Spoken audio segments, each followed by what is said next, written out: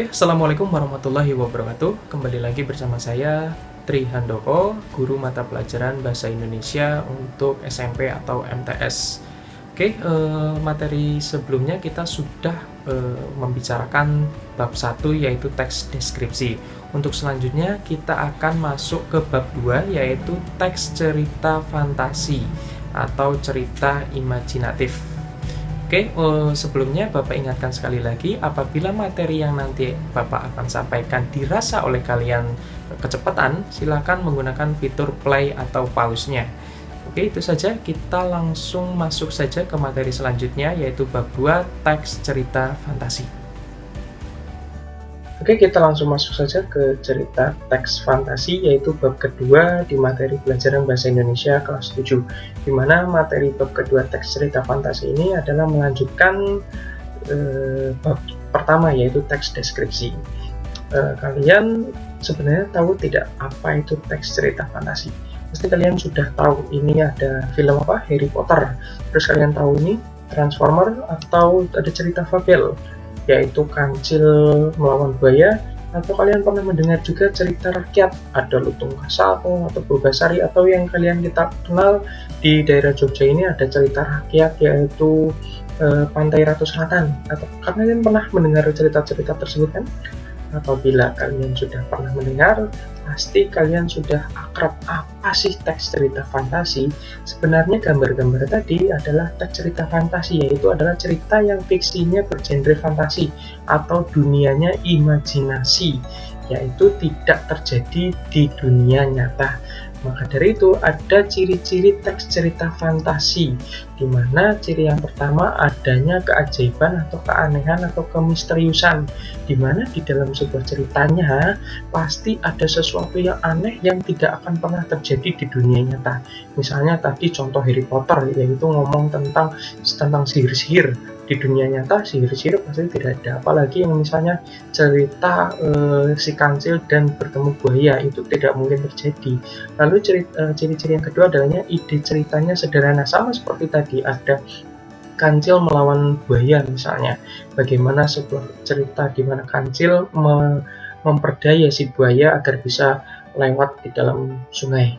Lalu langsung ke ciri-ciri yang ketiga ada menggunakannya berbagai latar. Latar itu apa sih sebenarnya? Latar itu adalah sebuah setting waktu, di mana waktunya bisa ada yang lintas waktu atau lintas ruang. Jadi di sini tidak hanya itu saja. Waktunya hanya cuma ceritanya satu di siang hari saja, tidak. Sehingga ciri-ciri teks cerita fantasi yang ketiga adalah itu. Nah, di ciri-ciri yang keempat adalah tokoh-tokohnya, ini yang paling penting. Tokoh-tokohnya selalu unik atau memiliki kesaktian, entah itu kesaktian apapun. Misal contoh tadi yang Harry Potter memiliki kekuatan sihir, atau misalnya kancil versus buaya tadi, di mana seperti yang kita tahu, yang namanya binatang pasti tidak bisa yang namanya berbicara, tetapi di cerita fantasi kita bisa melihat atau membaca bahwa cerita-cerita tersebut tidak akan terjadi di dunia nyata. Karena apa? Ya pasti yang namanya fantasi itu hanya sebuah hayalan saja. Lalu ciri yang kelima itu adalah bersifat fisik. Fisiknya kemana? Mengarah ke fiksi. Dimana ya tadi, fiksi itu apa sih? Hayalan, tidak akan pernah terjadi di dunia nyata. Lalu yang keenam adalah bahasa, penggunaan sinonim dengan emosi yang kuat, sama seperti di teks deskripsi. Nah, langsung yang selanjutnya adalah jenis-jenis cerita fantasi. Jenis-jenis cerita fantasi di sini ada, yang pertama adalah cerita fantasi total.